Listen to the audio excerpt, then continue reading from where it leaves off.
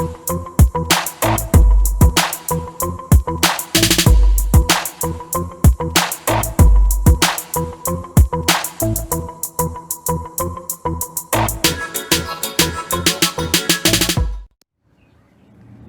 all my friends out there, Facebook, Instagram, YouTube. My name is Daisy Daniel. I'm a Christian personal resilience life coach coming to you every Monday and Thursday to do a live read and reflection from the book, The Language of Letting Go. It's for personal development, talks on many different topics that will help you in your personal growth.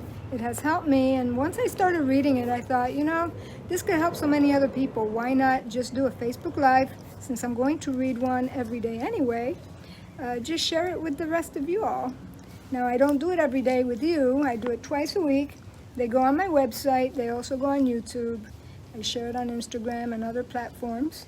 And I hope you join me. The reason I do it at 12 o'clock is because it's lunchtime. Some people are off. Also, I homeschooled for 13 years, 3 kids.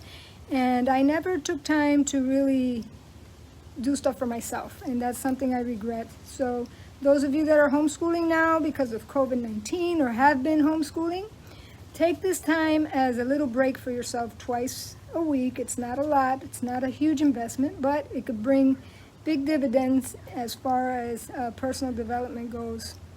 If you have not been on my website, please visit it. It's www.mymomentslc.com. It is called My Moment Life Coaching Services. The reason I named it My Moment is because I believe we all experience a time in our lives where we realize that we deserve better, whether it be in relationships, our job, whatever it is. We deserve better, and then we embark on a journey to do something about it. We become proactive and do something.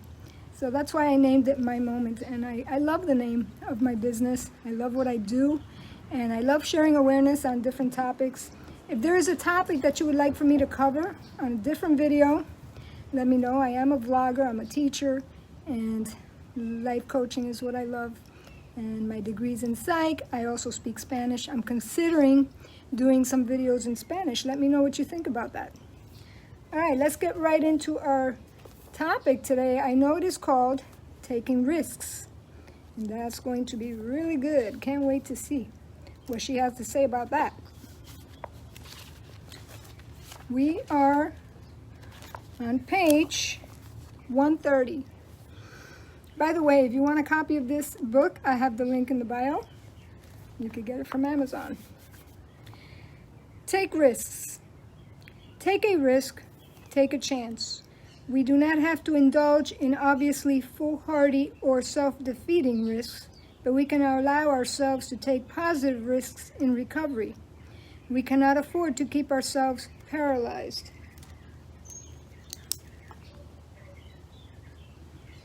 When she's talking about recovery, it's any form of recovery, whether it's codependency, addiction, whatever. We do not have to keep ourselves, wow, this is a word I've never have come across. Stymied? S-T-Y-M-I-E-D. Wow, I'm going to have to look that one up. I love when I learn something new every day. It's awesome. We do not have to keep ourselves stymied, if I'm even pronouncing it right, and trapped out of fear of making a mistake or failing.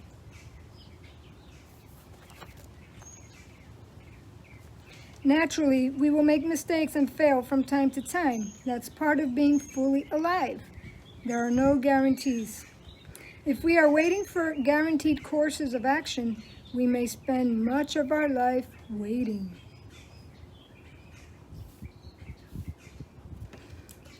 We do not have to shame ourselves or accept shame from anyone else, even those in recovery, for making mistakes. The goal of recovery is not to live life perfectly. The goal of recovery is to live, learn our lessons, and make overall progress. Take a risk. Do not always wait for a guarantee.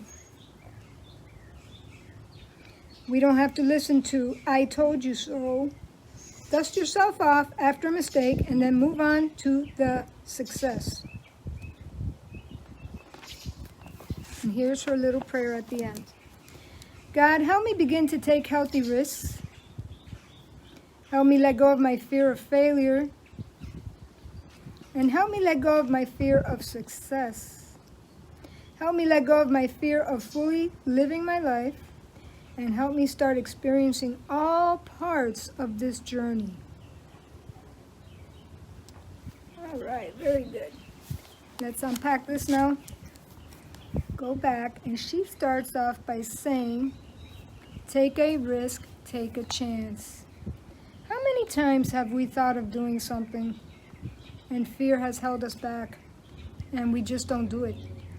How many times have people approached us to start a relationship of some sort and we put up a wall because we don't want to get hurt again? Oh, wow, I just saw 2 love bugs over here. We don't want to get hurt again, so we put up a wall. We don't let the person in. We just think it's not worth the trouble. We don't trust. We don't think it'll work out.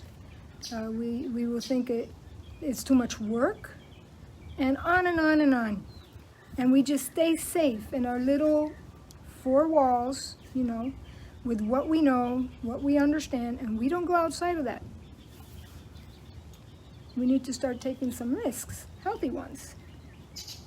Then she goes on to say, we need to take positive risks in recovery because we cannot afford to keep ourselves paralyzed. So take an inventory of your life, the areas in which you are not happy with, write them down, and then ask yourself this question: am I taking any risks to change that? And if I am, what are the risks I'm taking? What are the changes I'm trying to make? If you want to have a person in your life that's, more than just a friend, what are you doing? What steps are you taking to find that person? They're not just going to fall out of the sky, like some people believe. And, I know a lot of you have been hurt. I've heard your stories. I know my story. And frankly, in time, we should be approaching healing at some point where we could try to let other people in. People that are genuinely interested in us, genuinely interested in having a relationship with us. And many times it's friendship as well. And let's be open to that. Because she says you can't afford to stay paralyzed. When you stay paralyzed, you basically do nothing. You do nothing to help the situation. And then you just get sad about it when in reality you're not doing anything about it to try to change it. We do not have to keep ourselves stymied. Ooh. Tempted to look it up right now, but I'm not. I will later though. And trapped out of fear, making a mistake or failing. We've all heard, how many times did the light bulb try to get invented? Over 1,000 times. It wasn't 1,000 mistakes, it was 1,000 tries. And mistakes are part of life, and we make mistakes relationally, we make mistakes at our job, we make mistakes often. It's part of life. And, people that make mistakes in relationships, it's really to our benefit to forgive them. If we were the ones making a mistake, ask for forgiveness and try to heal that. I don't believe God wants us to have enemies, to have people rejecting us. I believe we're supposed to agree to disagree and love each other. Then she goes on to say, making mistakes is part of life, and it's part of being fully alive. If you're making mistakes, that's normal. You'll never know what you could do if you don't try. You have to try. If we are waiting for guaranteed course of action, we may spend much of our life waiting. We're not going to have guarantees. We're not guaranteed anything. The only thing we're guaranteed is God's love, and that's it. We're not guaranteed anything. Not from our family, not from our children. We're not guaranteed even to be alive tomorrow. We don't know what's going to happen tomorrow. There are no guarantees. If we are waiting for guaranteed courses of action, we may spend much of our life waiting. How sad to get to the end of your life and have regrets. I know I have regrets. Things I wish I would have done much earlier on in my marriage that I did not do, and that affected my family, affected my children, affected me. I still have effects from it. And really, the only way to prevent regrets is to be aware of the situation you're in, and then, step 2, do something about it with someone you trust, a therapist, a life coach, a friend, a family member, someone you feel safe with, because you can't do everything alone, and God puts people in our life to support us. We do not have to shame ourselves or accept shame from anyone else. Meditate on that one. Even those in recovery for making mistakes. The goal of recovery is not to live life perfectly.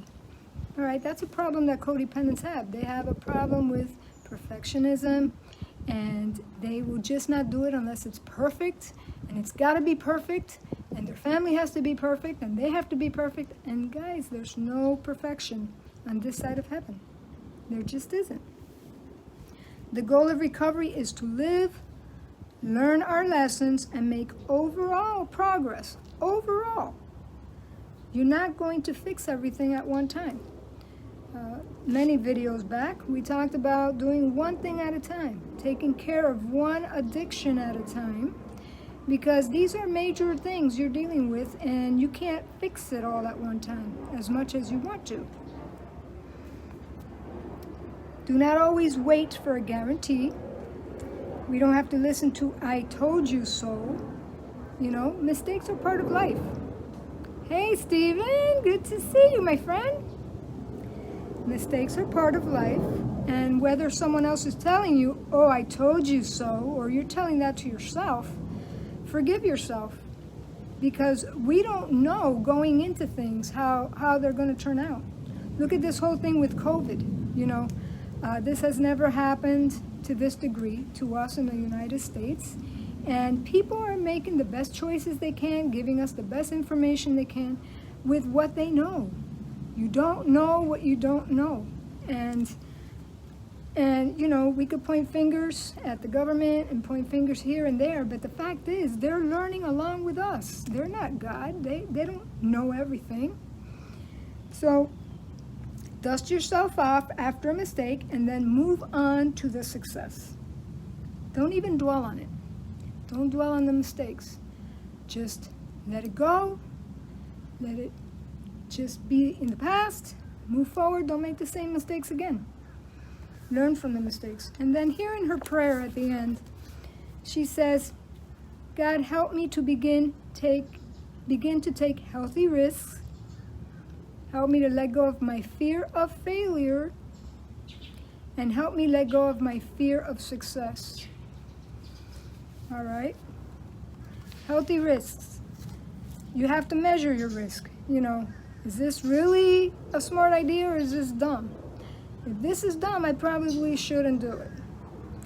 I remember a story I heard about years ago about a group of young kids that were out by Okeechobee Lake drunk at night, and the buddies started telling one of their friends, "Oh, I dare you to jump in the lake and swim."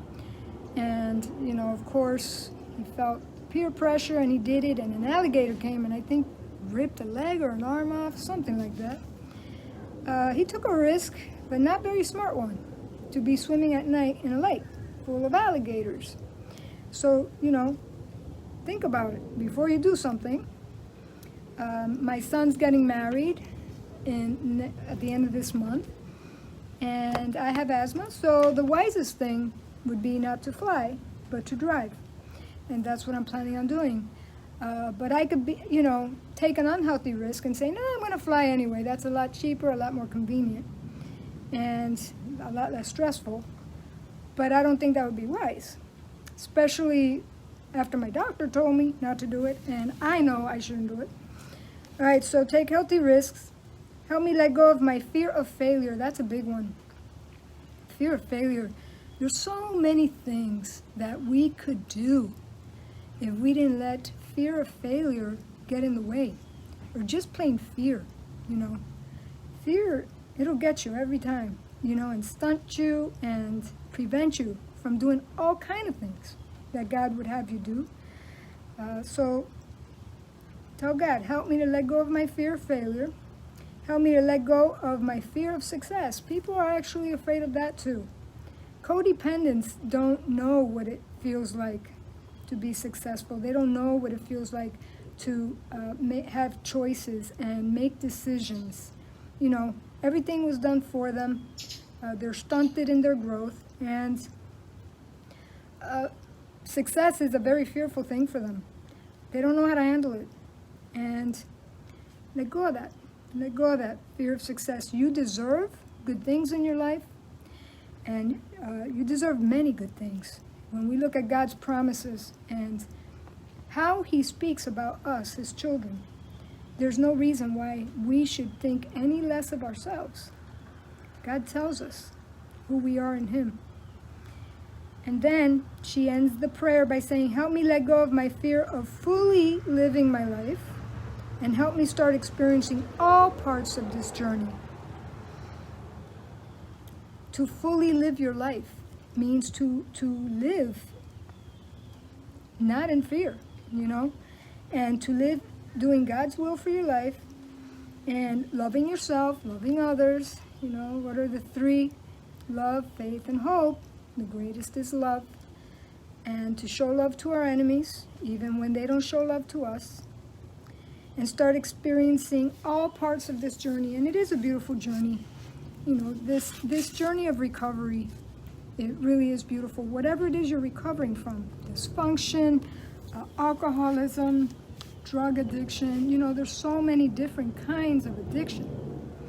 So I want to open up now, if anybody watching has any comments about this reflection today, about taking risks. What's a risk that you feel you need to take, but you're not taking? I always go back, I read the comments, and I answer them. Even if you're hearing this on the replay, what are some risks that you feel God is telling you to take, but you're still afraid to take it? Go ahead, I'll give you a minute to type something in. We could talk more about this.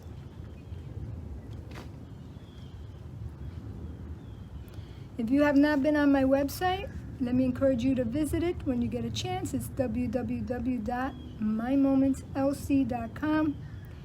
And I have a lot of content I'm going to be bringing pretty soon through videos. It'll be on my website. So today, as you go on through this day, remember, take a risk. And sometimes it's a matter of seconds that you have to make a decision to take a risk. Sometimes you don't have a lot of time to think about it. And, you know, yesterday, I'll give you an example of taking a risk. I've been divorced now for 3 years, and the divorce was pretty hostile, I would say. And I lost, family. I lost friends. I lost even my children. And I felt in my heart to call my mother-in-law, which I hardly ever do. But she had surgery, I heard about it, and then I thought, nah, I never talked to her. Things, the relationships aren't great, why should I? But I kept thinking about it, and, I don't expect everybody to understand, what goes on behind the scenes when there's a divorce, but I will tell you, there are many things that go on behind the scenes that no one knows except you and the people that were within those four walls. But I got the courage to call her, because after all, she is a beautiful person, and one of the people I have missed the most from the effects of my divorce. And we talked, for about 20 minutes about her health, and, nothing deep, but I definitely took a risk, and a risk at being rejected. And we all know what that feels like, I think. We've all experienced rejection. So I felt really good afterwards that I did it. And I want to be open to doing more things like that. When God puts it on my heart to talk to certain people, do certain things, and all of a sudden when you feel that fear, say, you know what? I have a couple of minutes here to make a decision. And go with it. Go with it. What's the worst thing that could happen? They could reject you? Oh well, you've been rejected before. It's not the end of the world. But I hope you take some risks today, tomorrow, this week, this month. And join me again on Thursday. Let's see what we're going to be talking about on Thursday. Ooh, self-love. Wow. That's another one of my regrets.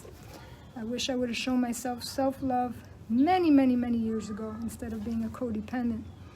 And not just self-love to myself, but self-love to my inner child.